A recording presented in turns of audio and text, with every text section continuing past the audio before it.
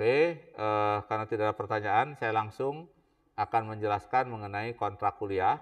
Ya, tolong diperhatikan. Oke, ini jadwal kuliah kita ya. Angga, nanti tolong perwakilan kelas hari Senin ya, tanda tangan ya. Oke.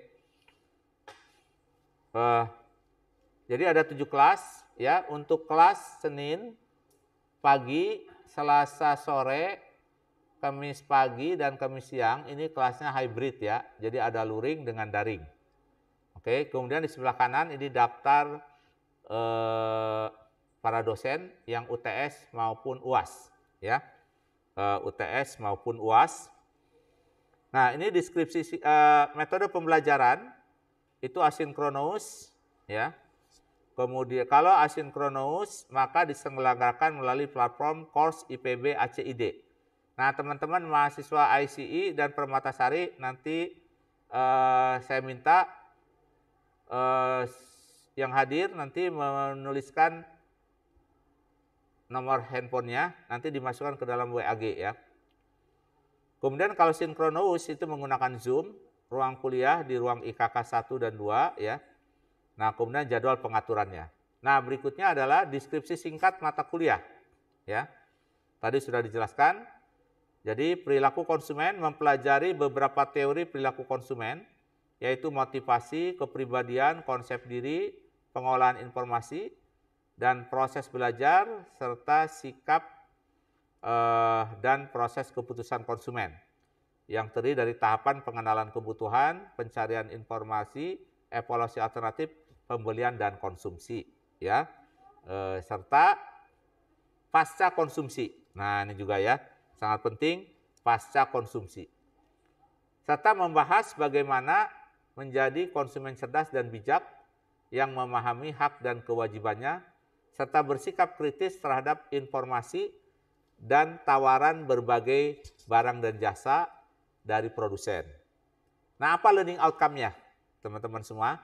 Jadi yang pertama kita akan jelaskan beberapa teori perilaku konsumen. Yang kedua, mahasiswa, jadi capaian pembelajarannya nanti mahasiswa harus mampu menjelaskan beberapa teori perilaku konsumen. Ya. Nah, yang kedua, ya, menganalisis berbagai perilaku konsumen dan dengan menerapkan teori-teori perilaku konsumen ya. Jadi mahasiswa mampu menganalisis berbagai perilaku konsumen. Kemudian ini teorinya apa nih? Ya, yang melatar belakangi perilaku konsumen tersebut. Nah, yang ketiga, mampu mengevaluasi proses keputusan konsumen dan dampaknya terhadap keberdayaan konsumen agar menjadi konsumen bijak dan cerdas. Jadi konsumen mampu mengevaluasi ya apa yang dia putuskannya dan bagaimana dampaknya ya terhadap dia sebagai konsumen agar cerdas. Nah, berikutnya mahasiswa mampu mengevaluasi pesan komunikasi yang disampaikan ke konsumen dengan menerapkan teori-teori perilaku konsumen. Nah, jadi nanti akan berlatih ya, sehingga mahasiswa mampu menerapkan, melihat sebuah pesan dalam perspektif teorinya. Nah, ini yang mungkin yang harus diperhatikan ya. Jadi tolong mahasiswa mencatat ya. Jadi perilaku ini ya, pesan komunikasi ya. Jadi pesan komunikasi dapat dianalisis dengan perilaku konsumen. Nah, ini ya, yang penting pesan komunikasi dapat dianalisis dengan perilaku konsumen. Nah, berikutnya ya, ini adalah terakhir menyusun atau merancang komunikasi pesan ya yang disampaikan konsumen dengan menerapkan teori-teori perilaku konsumen. Nah, jadi ini yang disebut dengan project kolaboratif ya. Ini yang disebut dengan tugas project kolaboratif. Jadi membuat pesan, tetapi pesan itu nanti dalam bentuk video, tetapi di sini terkandung teori apa yang digunakan. Kan kita sudah belajar teorinya dari pertemuan pertama sampai pertemuan terakhir. Nah, sehingga kita bisa menerapkan teorinya apa. Misalnya tadi teori motivasi. Oke, saya mau menggunakan teori kebutuhan fisiologis. Jadi ketika di dalam pesannya Anda mengatakan sayuran mengandung vitamin, mengandung zat-zat mikro lainnya yang sangat penting bagi tubuh manusia dan menyehatkan. Nah, ketika kita menuliskan kata itu dalam pesan kita, kita bisa menyebutnya, oh dia menggunakan teori kebutuhan apa? Fisiologis. Ya, menggunakan teori motivasi kebutuhan fisiologis. Nah, jadi silakan para mahasiswa dengan kelompoknya berkomunikasi ini menggunakan teori apa yang tepat. Ya. Nah, berikutnya ini adalah buku ya yang kita gunakan, buku utamanya. Nanti akan diberikan juga buku digital ya yang menyertai buku saya. Ya. Oke, halaman berikutnya ya. Nah, ini bentuk tugas. Jadi kita sebut dengan proyek kolaborasi. Mahasiswa merancang creating creative content of digital message for empowering consumer to achieve sustainable development goal of health and well-being. Ini topik utama. Ya, nanti semua mahasiswa harus membaca kontrak kuliah ini ya, biar paham ya. Nah, nanti merancangnya itu dimulai dengan minggu ke-8 sampai 12. Jadi mahasiswa berkumpul dalam kelompok. Kalau di Zoom ke breakout room. Nah, kalau di kelas nanti membuat kelompok di sini untuk diskusi, membuat tahapan dari tugas akhir tersebut. Ya, nanti dipresentasikan pada minggu ke-13 dan ke-14. Jadi output projectnya apa? Kolaborasi bentuknya 3. Pertama dokumen skrip dalam bentuk Word, yaitu Word dalam bentuk Word. Yang kedua dokumen storyboard dalam bentuk PPT. Dan yang ketiga video MP4 antara 3 sampai 5 menit. Jangan lebih dari 5 menit. Ya. Nah, metode belajar apa yang kita gunakan? Metode belajar apa yang kita gunakan? Nah, ini ya. Jadi metode belajar apa yang kita gunakan? Jadi metode belajarnya yaitu pembelajaran kolaboratif untuk mengerjakan sebuah proyek kolaboratif.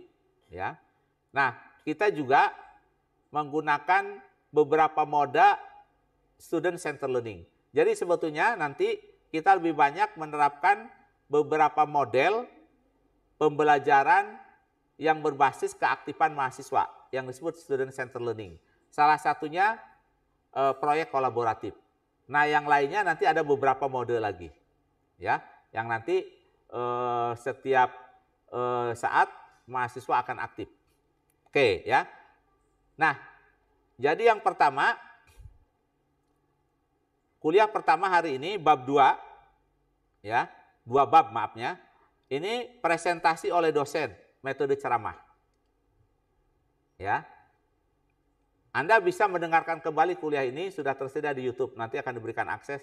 Aksesnya semua ada di course IPB ACID. Ya. Nah, kita menggunakan PPT atau PDF, kemudian Zoom Synchronous. Ya. Nah, pada minggu kedua, ya, kita akan menerapkan proses belajar role play demonstration. Jadi mahasiswa setiap orang nanti diminta mendengarkan video kuliah dalam YouTube 2 atau sekitar 2 menit sampai 3 menit. Berikutnya mahasiswa mendemonstrasikan. Jadi setelah mendengarkan, mahasiswa menuliskan apa yang dikatakan oleh dosen. Ya. Jadi mahasiswa menuliskan apa yang dikatakan oleh dosen, kemudian nanti akan saya panggil satu persatu. Saya tampilkan slide, misalnya Angga, jelaskan yang tadi kamu dengarkan itu. Anda menjelaskan kembali. Ya. Nah, ini role playing mendemonstrasikan. Ya, itu pertemuan kedua pekan depan.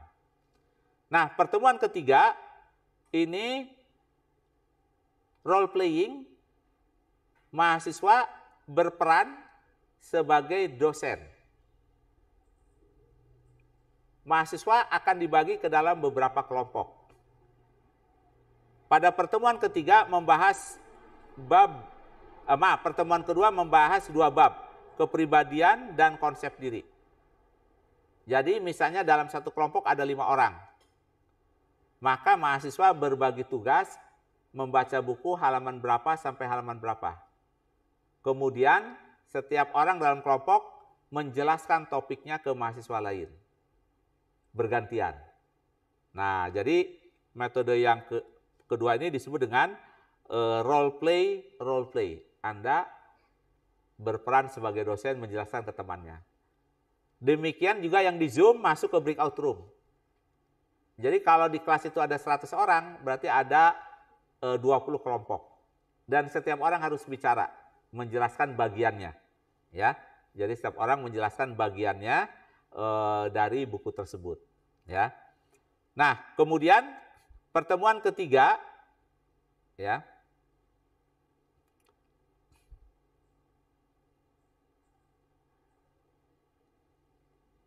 Anda belajar mengenai proses pengolahan informasi, ya. Oke.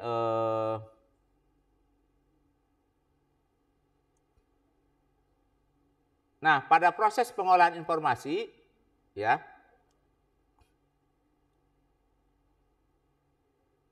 Oh tadi, oke maaf ya. Ini yang pertemuan ketiga, ya. Pada pertemuan kedua itu role play demonstration, ya. Nah, pada pertemuan yang ketiga role play Anda sebagai dosen, ya. Oke, kemudian pada pertemuan keempat, ya. Ini teman-teman yang di Yang di grup di Zoom, ya. Pertemuan keempat, ini Anda menerapkan pembelajaran berfokus kepada student center learning. Anda akan belajar mengenai proses belajar konsumen, ya, yaitu group discussion. Kita menyebutnya dengan group discussion. Jadi Anda akan diberikan beberapa pertanyaan, kemudian dijawab dengan berdiskusi dengan temannya. Ya, ini pertemuan keempat, ya, group discussion, ya, atau online guided discussion. Ya, topiknya mengenai proses belajar konsumen. Jadi mahasiswa akan berkumpul di dalam kelompoknya, diberikan beberapa pertanyaan, kemudian mahasiswa menjawabnya. Setelah berakhir diskusi, mahasiswa 2-3 kelompok akan dipanggil untuk menjelaskan hasil diskusinya. Ya. Nah, ini poin keempat, kita menerapkan group discussion.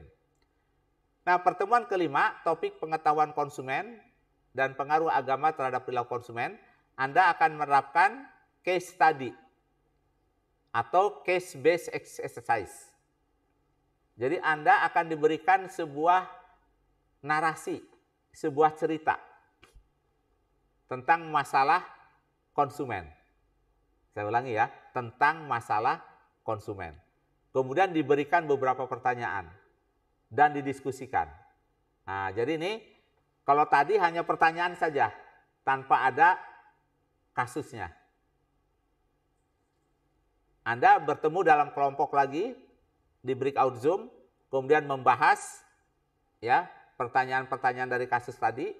Nah, setelah diskusi berakhir, dosen akan memanggil 1-2 kelompok untuk menjelaskan hasil diskusinya. Nah, ini yang kita sebut dengan pertemuan kelima, menerapkan case study atau case based exercise. Nah, pada pertemuan keenam, kita akan menerapkan discovery learning atau guided research. Nah, dosen akan memberikan tugas. Intinya tugas itu menambah materi dari luar berdasarkan hasil penelitian Anda. Nah, discovery learning Anda benar-benar diarahkan. Ya, akan diarahkan mencari apa? Untuk menambahkan materi mengenai sikap konsumen. Nah, yang ketujuh itu disebut dengan self-directed learning. Ya. Ini hampir sama dengan discovery learning. Anda mencari bahan materi mengenai budaya. Cuman saya tidak mengarahkan apa yang harus dicari. Anda bebas mencari apapun yang informasinya itu menambah pengetahuan Anda tentang budaya konsumen. Nah, ini metodenya disebut dengan self-directed learning. Ya. Kalau tadi discovery learning, Anda apa? Diarahkan benar, kamu cari ini, kamu cari ini. Gitu. Kalau ini nggak bebas, kamu terserah. Nanti setelah 1 jam, 2 jam, Anda dipanggil lagi ke ruangan utama, kemudian 1-2 orang dipanggil. Nah, jadi nanti mahasiswa akan berurut sehingga semua mahasiswa akan terpanggil. Nah, itu nilai dari partisipasi. Nah, pertemuan ke-8 sampai ke-12 ini fokus ya, membahas menyelesaikan proyek bersama. Ya, jadi ini fokus menyelesaikan proyek bersama. Makanya ini proses belajarnya cooperative learning and collaborative learning dan juga project based learning. Jadi pertemuan ke-8, saya ulangi ya, pertemuan ke-8 sampai dengan 12 itu metode belajarnya cooperative learning, collaborative learning, project based learning. Ya, sampai dengan pertemuan berikutnya. Nah, di sini ya akan saya jelaskan apa saja akan diarahkan. Nanti dengan detail ada di kontrak kuliah dan ada juga di course ya. Oke, misalnya akan saya jelaskan di bawah ini lebih detail ya, pertemuan ke-8. Ya.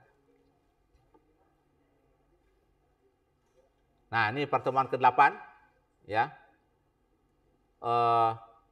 Kelompok membahas topik tugas akhir membuat video dan menentukan teori perilaku konsumen yang akan digunakan. Nah, ini. Ya, jadi mahasiswa itu diskusi. Nah, ini ada kolaboratif, ada diskusi kelompok. Ya, jadi mahasiswa itu apa topiknya nih? Ya, itu bersama-sama ditentukan. Nah, ini pada pertemuan ke-8. Nah, topik yang dibahas saat itu dibaca sebelum kuliah. Nanti diujikan ada kuisnya. Nah, saya akan tidak jelas dengan detail, nanti tolong dibaca ya. Jadi mohon mahasiswa ini membaca dengan detail. Jadi saya jelaskan misalnya pertemuan pertama ke-8 itu membahas topik. Nanti pertemuan kedua nanti ada lagi pengarahan membahas apa. Pertemuan berikutnya membahas apa sampai video itu selesai. Nah, pertemuan ke-13 dan 14 presentasi. Ya. Jadi presentasi video. Ya. Jadi pertemuan 13, 14 ini presentasi video. Nah, demikianlah secara singkat. Tapi nanti pada video penjelasan kontrak Anda bisa dengarkan kembali, nanti lebih detail saya jelaskan. Ya. Karena yang sekarang ini waktunya terbatas. Ya. Nah, kemudian ini tugas. Jadi sebelum kuliah, sistem penilaian. Membaca bahan kuliah terkait materi yang akan disampaikan pada kuliah saat kuliah. Ini nanti akan ada di course, link YouTube-nya. Evaluasi pembelajaran itu berasal dari project tadi. Ya, dari project tadi, video 3-5 menit. Yang berikutnya dari kuis. Ya, saya ulangi, yang berikutnya dari kuis. Ya. Nah, kemudian ada 14 kuis. Ya. Yang kuis ini harus diselesaikan pada hari Ahad pukul 23. Nah, pertemuan pertama ini Anda menyelesaikan kuis 1 dan kuis 2. Kuis 1 itu hanya mengisi biodata. Nanti akan ada linknya, dikirimkan lewat WAG.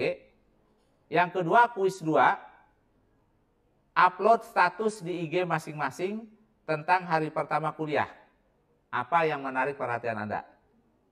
Ya, Anda boleh foto saat lagi kuliah, ya, yang di Zoom maupun yang di sini terserah, ya. Kemudian kasih komentar singkat, ya. Nah, kemudian tuliskan nama dan NIM dan tuliskan hashtagnya, ya. PKO 2022. Nah, ini hashtagnya. Maaf ya. Jadi PKO 2022. Nah, ini paling lambat diupload Ahad malam. Ya. Jadi saya ulangi, jangan lupa ya. Kesan Anda, komentar Anda tentang kuliah hari pertama perilaku konsumen. Ya. Misalnya Anda boleh definisi perilaku konsumen, boleh. Manfaat perilaku konsumen. Ya. Jadi tuliskan satu kalimat tentang konten ya. Ini mahasiswa yang di Zoom ya. Jadi uploadnya jangan lupa salah satunya isinya satu kalimat atau dua kalimat tentang isi kuliah perilaku konsumen. Ya. Jadi simple. Ya.